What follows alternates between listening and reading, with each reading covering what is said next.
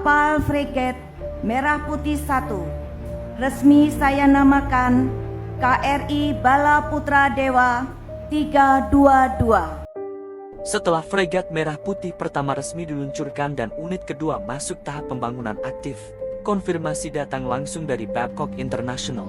Indonesia menambah 2 lisensi tambahan fregat Arrowhead ke-140. Artinya jelas dan tak bisa ditarik mundur. Fregat Merah Putih kini resmi berjumlah 4 unit. Di titik inilah sejarah kecil namun sangat penting tercipta. Angka keramat pengadaan kapal perang TNI AL Angka 2 akhirnya runtuh.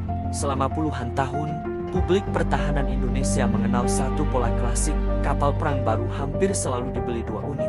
Bukan karena TNI AL tidak membutuhkan lebih, tetapi karena kombinasi keterbatasan anggaran, kehati-hatian politik, dan lemahnya keberlanjutan industri. 2 unit cukup untuk menunjukkan kehadiran, tapi tidak pernah cukup untuk membangun daya tempur berkelanjutan. Dengan 4 fregat Merah Putih, TNI AL akhirnya keluar dari jebakan kuantitas simbolik. 4 bukan angka pamer, ini angka operasional yang matang. 2 kapal siap tempur, 1 dalam perawatan, 1 dalam latihan atau penugasan jarak jauh. Ini bukan perubahan kosmetik, ini perubahan cara berpikir. Fregat Merah Putih bukan sekadar platform baru, tetapi penanda perubahan doktrin TNI AL. Mengusung desain Arrowhead 140 turunan Type 31 Inggris, kapal ini masuk kategori fregat kelas berat, panjang lebih dari 140 meter dengan bobot mendekati 6.000 ton.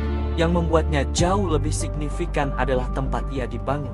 Kapal ini dikerjakan di galangan nasional, bukan pembelian putus, melainkan transfer pengetahuan strategis. Indonesia kini tidak hanya membeli kekuatan, tetapi mempelajari desain lambung modern, menguasai integrasi sistem tempur, dan membangun kemampuan manajemen proyek kapal perang besar. Ini fondasi jangka panjang, bukan proyek satu generasi. Perhatian kawasan tidak muncul karena jumlah semata, melainkan karena kapabilitas yang dibuka oleh platform ini. Fregat Merah Putih dirancang untuk sistem peluncur vertikal VLS pertahanan udara area, rudal anti kapal jarak jauh, meriam utama kaliber besar, CIWS, kemampuan anti kapal selam lengkap with helikopter organik. Dalam konfigurasi penuh, 1 unit saja mampu menjadi pusat kendali tempur laut.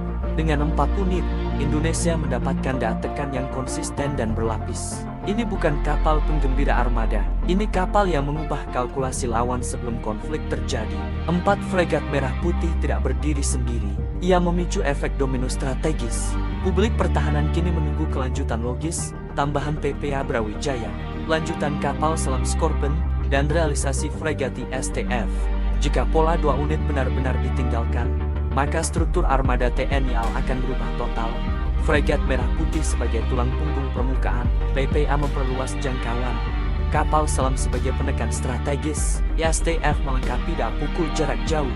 Ini bukan modernisasi tambal sulam, ini arsitektur armada. Di Asia Tenggara, persepsi sama pentingnya dengan realitas.